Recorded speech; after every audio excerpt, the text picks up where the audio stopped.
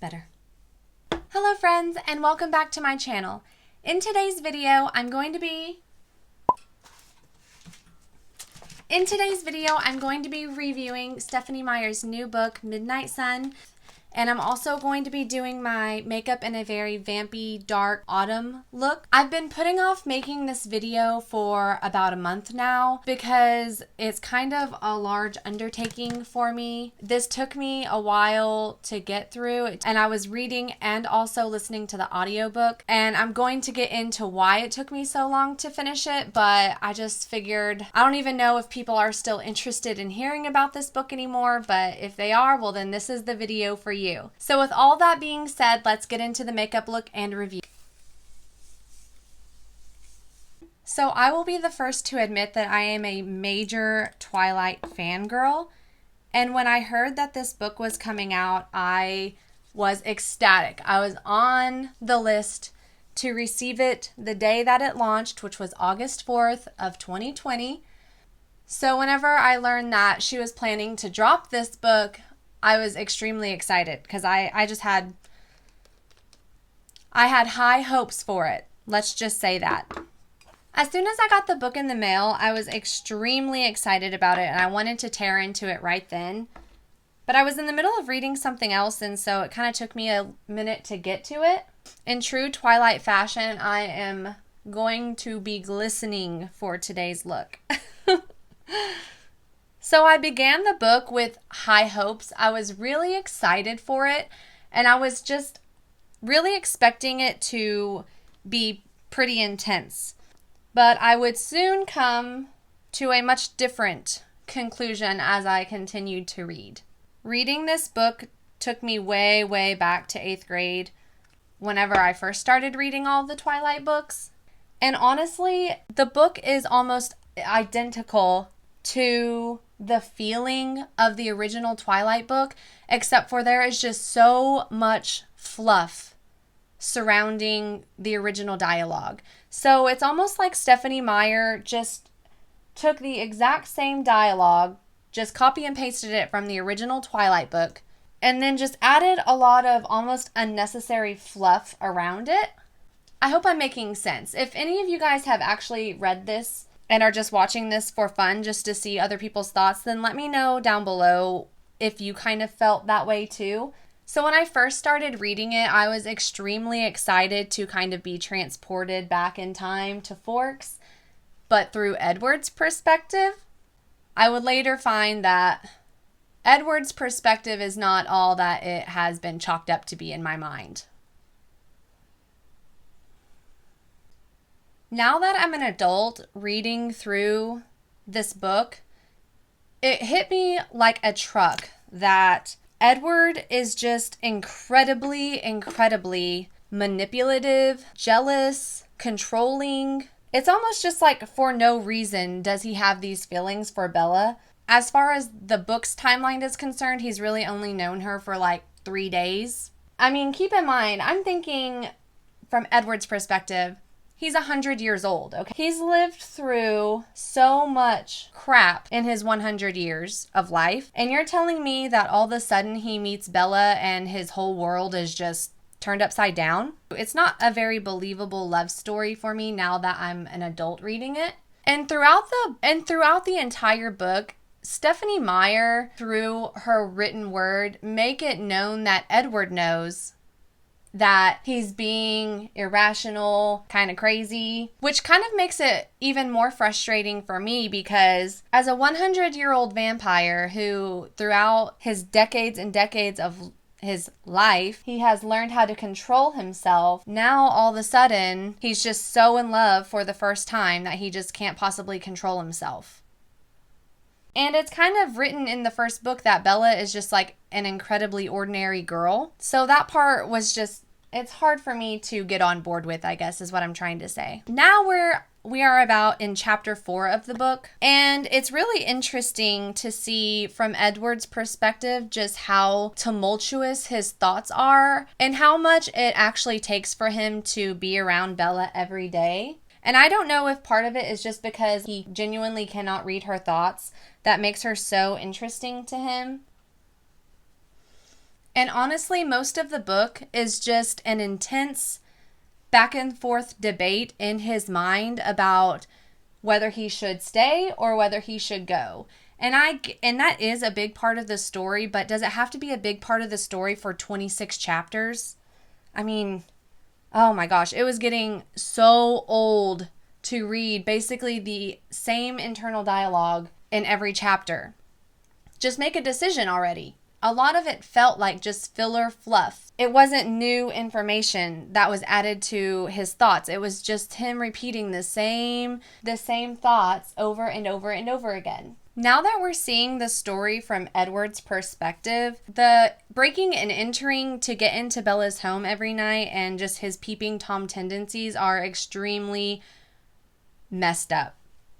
And I think what's even more irritating is the fact that throughout the book, to kind of explain away his creepy stalker peeping Tom tendencies, he uses the excuse of trying to keep her safe, wanting to be around because she's so fragile and anything could happen to her at any time. From Bella's perspective, that was kind of romantic, but now that we're into Edward's perspective, it's just kind of boring. It would have been more interesting in the story if it was just brought to light that he was finally so in love with someone that just the thought of leaving them was just torturous to him and he just had to be around her at all times. That would have been more interesting in the story. This book is just filled with teenage angst, and that's okay. Don't get me wrong. When I was in 8th grade reading this book, I mean, it was awesome. I loved it. I loved every second of it. I thought it was really romantic.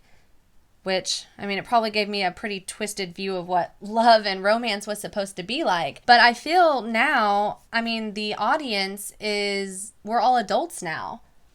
The people who are like die-hard stans of Edward and Bella are now in their 20s and 30s. So I think I would have been a lot more excited about the story if it was coming from Edward's perspective of his 100 years of life. But really, it was just coming from the mind of a 17-year-old who found love for the first time. My thought process is that it would have just been so much more interesting if it would have brought up just some experiences that he's had throughout his whole time here, instead of basically rewriting the original Twilight book, but then just adding a lot of fluff that was Edward's intense thoughts. I don't know. I just feel like Stephenie Meyer could have just taken this story in a different direction and made it more relatable to her now audience, but she didn't. I know I'm not the only one. Let me know down below if you had any of these same ideas when you were reading through it. As the book was progressing, we start to see a little bit more character development from his siblings. And actually, I was just a lot more excited about that than I was. Like, all of a sudden, I really want to know everything about Ella. I want to know everything about Alice. She was so interesting to me. And Jasper, the love story between Edward and Bella is just really stagnant, and it's not really a believable love story. We're finally to the Port Angeles scene where she goes with her friends Jessica and Angela, and they're shopping for dresses, and Bella thinks it's a good idea to wander off by herself in a town she's never been to a bookstore she's never been to do a little bit of research. And this chapter to me was one of the best ones in the whole book. You finally get to see kind of what it takes in order for Edward to go and find her. And it really kind of keeps you on the edge of your seat. But then, dramatic Edward really kind of has to make a scene about wanting to be talked down basically off of the ledge of going back and killing those guys, which you have to remember from Bella's perspective, she doesn't know what he is yet, so it's probably kind of confusing to her that she is being asked to distract him from wanting to kill some people. Like, if you were just a girl getting to know a guy and he's asking you to distract him so he doesn't kill someone, I mean, is that not really just like the biggest red flag you've ever seen? Bella is kind of stupid. But in that same token, we still do get to learn quite a bit about Edward and his past when it comes to killing, and how he would hear people's devious thoughts who there was malintention, And then he would basically kill those people before they had a chance to hurt their victims. And I thought that was actually really interesting. And that's something I kind of wish Stephenie would have elaborated on. But again, she did not. Can we just address the elephant throughout the entire book is how big of a bitch Jessica and Rosalie both are. Like, I kind of didn't really like them in the original story, but man, whenever you hear their internal dialogue for the first time, it's really, wow. And did I just ruin this look? I don't know if maybe I can blend enough. So let me blend and then we will continue on. So at this point, we're at about chapter 12, and finally, it has become known to Bella what Edward actually is, and I think that took entirely too long. As I was kind of reading through the book, I also kind of started to realize that Edward and Alice's relationship is kind of strange. Like, I almost feel like they should be together. Like, I would have probably been more interested in their relationship development because they could actually be together, if you know what I mean, like be together, than this weird back and forth thing he has with Bella, where the sexiest thing that happens in the entire book is that, like, sometimes they touch each other's arms. I don't know. I just think it would have been more interesting had Alice and Edward been together, because I feel like they kind of should have been anyway. So after we get past the first kiss, which I'm not kidding, took me like 4 days to get to, they finally have their first night together knowingly. They have their first night together knowingly in Bella's room. And I think that was actually a really, really good chapter. I really enjoyed that. It was fun to read. Again, I think it could have been made a little bit more intense, but I just don't think that is the direction that Stephenie Meyer was kind of going with this book. This is the makeup I would wear if I were a vampire. We are in the chapter where there is that random ass baseball game, and I think Stephenie Meyer must be a baseball fan because there is a lot of detail in this baseball game for no real reason. But I think that might have been her way of putting like a little personal touch in there. And this is where the other group of vampires comes in, and I personally think that the book actually gets interesting, and it kind of just like makes you on the edge of your seat. The most interesting part... Oh, hold on. I was going to use something. Oh.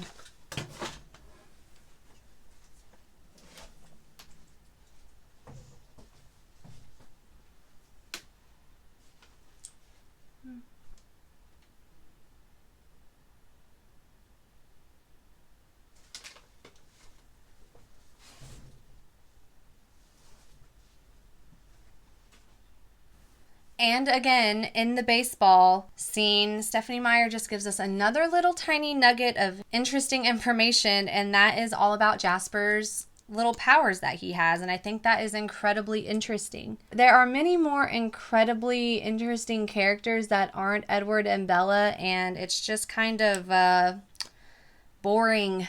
I was so bored. I wanted this book to end. The next scene is the scene where the tracker is trying to find them. And again, this chapter is just incredibly long and drawn out for no reason, with them running and then they're missed and then they're trying to find him again and then they're trying to hide Bella, and it's just a lot of unnecessary back and forth that I feel like she maybe could have condensed a little bit. Now we are into chapter 24. Hi. What you doing? What you doing? Hmm? What you doing? Do you miss me? Come on. Okay, so now we are into chapter 24. I laughed a little bit because it was almost like Stephenie Meyer realized that she was just yammering on for like 24 chapters, and then all of a sudden she needed to like wrap things up. Most of the good part of the book was all condensed into like 2 chapters. So the good part of the book is the last leg of it. Whenever we're kind of going through the high-speed chase to get to Bella, and we find Bella and she's about to be killed by this other vampire who stole her away. it gets intense because Edward saves Bella's life in the nick of time in like literally it's like the sexiest part of the whole book. What if he didn't stop sucking her blood? You know, what if he just sucked all of her blood out? That was a very, very good part of the book. And I just wish I had that kind of energy, like from chapter 1, and I didn't have to read for 3 days before I got to it. Toward the end of the book, we actually learn how much of a genius that Alice is.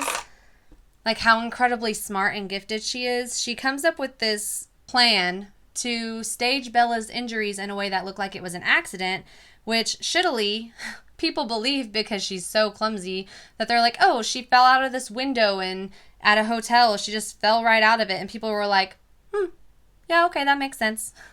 I'm going to zap through this. I just can't talk and do this at the same time. Okay, so where were we? Yes, Alice is a genius. And she staged this whole plan to make Bella's accident believable. And then we're in the hospital with Bella, and we learn of Edward's plan to leave her. When Edward was formulating his plan to leave, because he was basically, in my mind, thinking like, there's no way we can be together now. It's too dangerous for her. I'm like, bro, you already like sent her through emotional turmoil and nearly killed her. And now you're thinking it's time to leave. I hate Edward. I hate him. I hate him. I hate him. Okay. Do you see that? Did you just see that? Oh my God. What? What just happened? Okay, hold on. Whoa. Okay. Okay. Hold on. Let me put some mascara on. This is the real deal. What have I been missing out on? Okay, let me finish up the eyes, and then I'll get to my final thoughts, which you already know. Okay, so yes, it has been an extremely long journey, but we are finally to the end of this damn book, and it was such a letdown. He's going to leave her. He is literally going to cause her the most pain and angst that she has experienced in her whole life, and then now it's time to go. And I hate him. He plans this whole prom so that she can have one decent memory of high school, which isn't not true. He literally ruined a whole year of her life for no reason. Like, he knew from the very beginning that he probably can't stay. Like, he shouldn't stay, but he does, and then doesn't see it through, and that irks me so much. This is dry as hell. Let me get a new one. Okay, my battery is about to die, so I've got to finish this up. So yeah, in conclusion, I greatly disliked this book. I was really excited for it. It was highly anticipated, but it just did not live up to the hype. And I'm really upset that I spent so much time reading this, but I don't think I could have lived it down if I didn't. So, it's just not it. It just could have been so much better. But I hate to say this. I'm sorry, Stephenie. I'm sorry. You will never watch this. But if you do, I think you took the lazy way out, and I would have just loved to see some more character development from Edward. I just wanted him to see some shit, you know? He's 100 years old. Like, he's lived life. Wish you would have given him some wisdom, and I just didn't feel like it was there. So anyway, that's going to be it for me. I hope you enjoyed the makeup look. I hope you enjoyed listening to me blabber about this damn book. Give it a thumbs up if you liked it. Subscribe if you want to see more, and I'll see you in the next one. Bye!